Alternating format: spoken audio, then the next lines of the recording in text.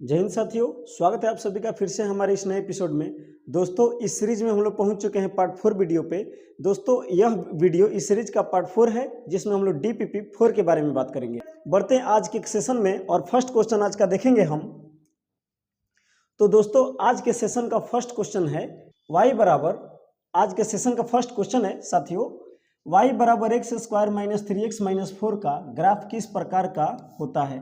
What type of graph does y equal to x square minus 3x minus 4 represent। मतलब कि अगर इस प्रकार का आपको बहुपद मिलता है ना, तो वो ग्राफ उसका जब आप ड्रॉ करिएगा तो ग्राफ कैसा होगा। ठीक है, ऑप्शन में देखते हैं। ठीक है, तो यहाँ पे दिया हुआ है सीधी रेखा, ये नहीं होगा। ठीक है, याद रखना दोस्तों, जो द्विघात बहुपद है ना, द्विघात बहुपद, ठीक है, इसके लिए हम ग्राफ बना सकते हैं। और ग्राफ जो बनता है वो परवलय बनता है। क्या बनता है दोस्तों? परवलय बनता है। परवलय, इस तरह की आकृति को हम परवलय बोलते हैं।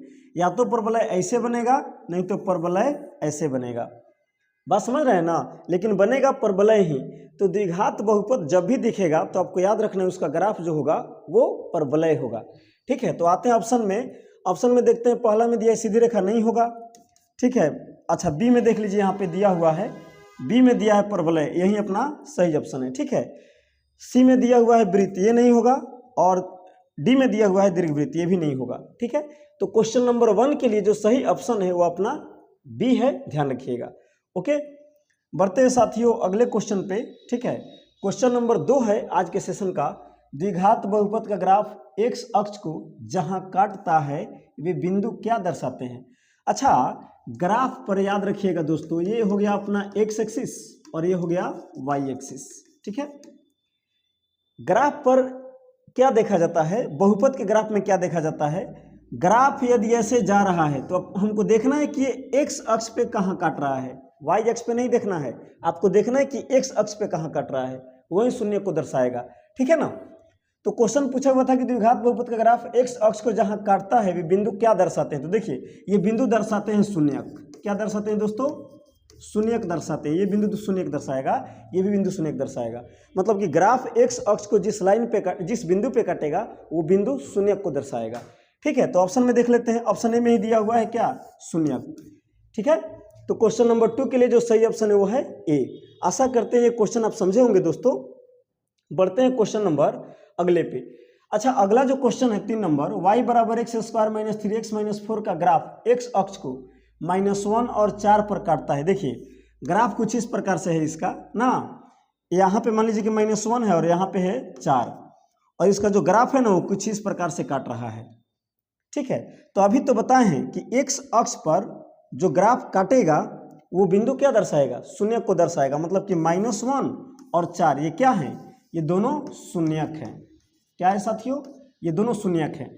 तो वही कह रहा है कि तो ऐसा मान क्या कहलाएगा, माने तो ये क्या कहलाएंगे, मान क्या है, तो मान जो है शून्यक है, जैसा कि अभी हम लोगों ने समझा है। ठीक है, बढ़ते हैं क्वेश्चन नंबर 4 पे। क्वेश्चन नंबर 4 है प्यारे साथियों, द्विघात बहुपद के शून्यक ग्राफ के किस अक्ष से संबंधित होते हैं। ठीक है, यहाँ पे सवाल आ गया कि द्विघात बहुपद के ग्राफ किस अक्ष से संबंधित है। तो ध्यान रखना है, द्विघात बहुपद का जो ग्राफ होता है ना, अभी हम क्या देख रहे थे, ग्राफ को हम देख रहे थे साथियों कि ये अगर अपना एक्स एक्सिस है अक्ष और ये अपना वाई एक्सिस है, ठीक है ना, तो हम देख रहे थे कि ग्राफ किस तरह से एक्स अक्ष पे काट रहा है। ग्राफ एक्स अक्ष पे काट रहा है, यही बिंदु अपना शून्य कहलाता है। तो मतलब ग्राफ किससे संबंधित हो रहा है, एक्स अक्ष से संबंधित हो रहा है। ठीक है ना, तो शून्यक संबंधित है अपना एक्स अक्ष से, यही देता है अपना शून्यक का मान। बात समझ में आ रही है आप लोग को? यदि बात नहीं समझ में आ रही है तो प्लीज आप लोग कमेंट में अपना डाउट जरूर लिखिएगा। ठीक है, बढ़ते हैं क्वेश्चन नंबर अगले पे। अच्छा साथियों, अपना जो ऑफलाइन क्लास है MS एकेडमी, वो सलाहा चौक पे चलता है। जो आसपास के विद्यार्थी हैं, जो हमको जानते हैं, जो लोग अपने तैयारी को बहुत बेहतर करना चाहते हैं, वे 10th क्लास के लिए MS एकेडमी में पधार सकते हैं, MS एकेडमी में आ सकते हैं। ठीक है, और हम लोग साइंस स्टडी अरेराज में साइंस स्टडी सेंटर अपना कोचिंग चलाते हैं, जिसमें 11th 12th की बहुत बेहतरीन तैयारी कराई जाती है। साइंस के लिए अलग अलग विषय के अलग अलग शिक्षक अवेलेबल हैं। तो जो भी आसपास के बच्चे हैं, जो भी अरे राज्य के आसपास के बच्चे हैं, अगर वे अपने तैयारी को बहुत अच्छे लेवल पे लेके जाना चाहते हैं तो प्लीज़ आप लोग साइंस स्टडी सेंटर को जरूर ज्वाइन करिए और 10th क्लास के लिए MS एकेडमी को जरूर ज्वाइन करिए ऑफलाइन बैच में। ओके, आते हैं क्वेश्चन पे। क्वेश्चन जो है साथियों, यदि द्विघात बहुपद का ग्राफ x अक्ष को 2 बिंदुओं पर काटता है तो शून्यकों की संख्या कितनी होगी? ठीक है, ध्यान दीजिएगा। ये जो x एक्सिस है ना साथियों, और ये है अपना y एक्सिस। ठीक है, अभी हम बता रहे थे कि देखिए ग्राफ जो आता है ना, x अक्ष पे जितनी बार ये काटेगा शून्यकों की संख्या उतना ही होगी। तो यहाँ पे सवाल है कि द्विघात बहुपद का ग्राफ x अक्ष को कई गो बिंदु पर काट रहा है? 2 गो बिंदु पर काट रहा है। तो इसके शून्यकों की संख्या कितनी होगी? तो शून्यकों की संख्या साथियों 2 होगी। ठीक है, तो ऑप्शन सी में अपना देख लीजिए 2 दिया हुआ है। इस तरह से इस क्वेश्चन के लिए जो सही ऑप्शन है वो सी है। आते हैं क्वेश्चन नंबर 6 पे। ओके, आते हैं दोस्तों क्वेश्चन नंबर जो है अपना, ठीक है, क्वेश्चन नंबर 6 पे।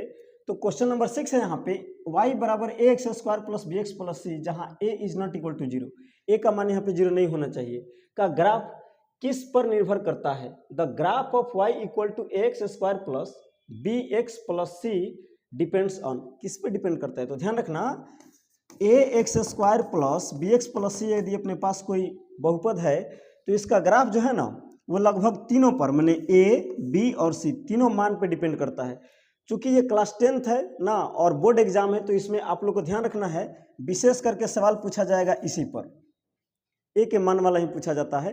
केवल इससे डिसाइड होता है एक आज ग्राफ जो आपका परवलय बना रहा है उसका मुंह ऊपर की ओर खुल रहा है, ऊपर की ओर खुल रहा है, या ऊपर की ओर खुल रहा है या नीचे की ओर खुल रहा है।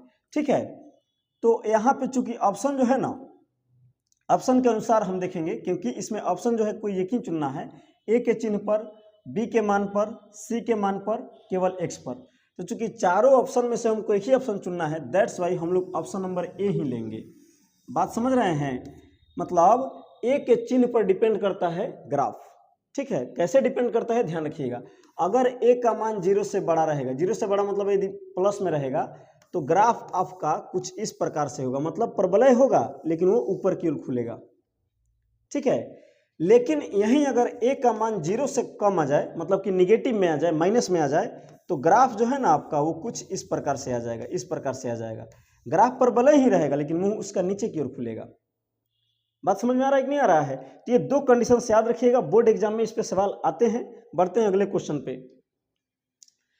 क्वेश्चन जो है साथियों, ठीक है, क्वेश्चन जो है अपने पास, क्वेश्चन जो है 7 है, क्वेश्चन 7 है दोस्तों।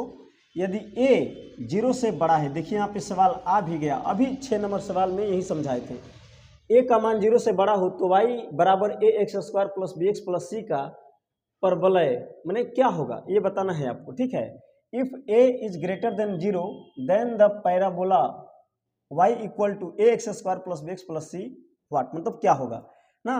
तो अभी a का मान यहाँ पे 0 से बड़ा दिखा रहा है, मतलब कि पॉजिटिव साइन में होगा। पॉजिटिव साइन में होगा तो परवलय का मुंह जो है आपका ऊपर की तरफ खुलेगा, मतलब ऑप्शन में देख लीजिए यही है, ऊपर की ओर खुलेगा। कहाँ खुलेगा दोस्तों? ऊपर की ओर।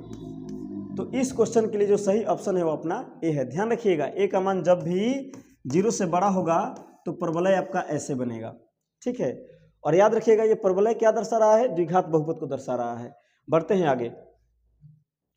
क्वेश्चन 8 है प्यारे साथियों, यदि a इज लोअर देन 0, अब देखिए यहाँ पे 0 पूछ दिया, a का मान यहाँ पे क्या दे रहा है? 0 से कम दे रहा है। तो ये ग्राफ कुछ इस प्रकार से हो जाएगा ना, जब भी 0 से कम होगा यानी कि माइनस में आ जाएगा a का मान, मैंने x² का जो गुणांक है ना, ये a क्या है? x² का गुणांक है यहाँ पे। तो x² गुणांक जो a है वो निगेटिव आ जाएगा तो ग्राफ आपका नीचे की ओर हो जाएगा। ठीक है, परवलय आपका नीचे की ओर हो जाएगा।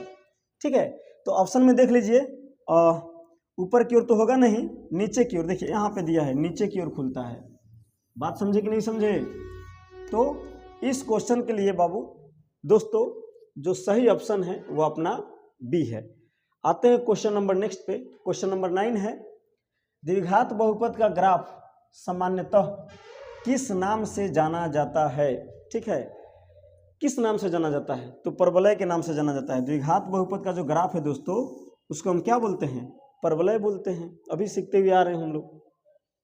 ठीक है, क्वेश्चन नंबर 10 है, द्विघात बहुपद के शून्यक का ज्यामितीय अर्थ क्या है? फिर से क्वेश्चन दोहरा दिया यहाँ पे, ठीक है। अच्छा, इसको देखते हैं, द्विघात बहुपद के शून्यक का ज्यामितीय अर्थ क्या है? तो कहता है कि एक्स अक्ष के साथ ग्राफ का प्रतिच्छेदन, intersection of graph with x axis.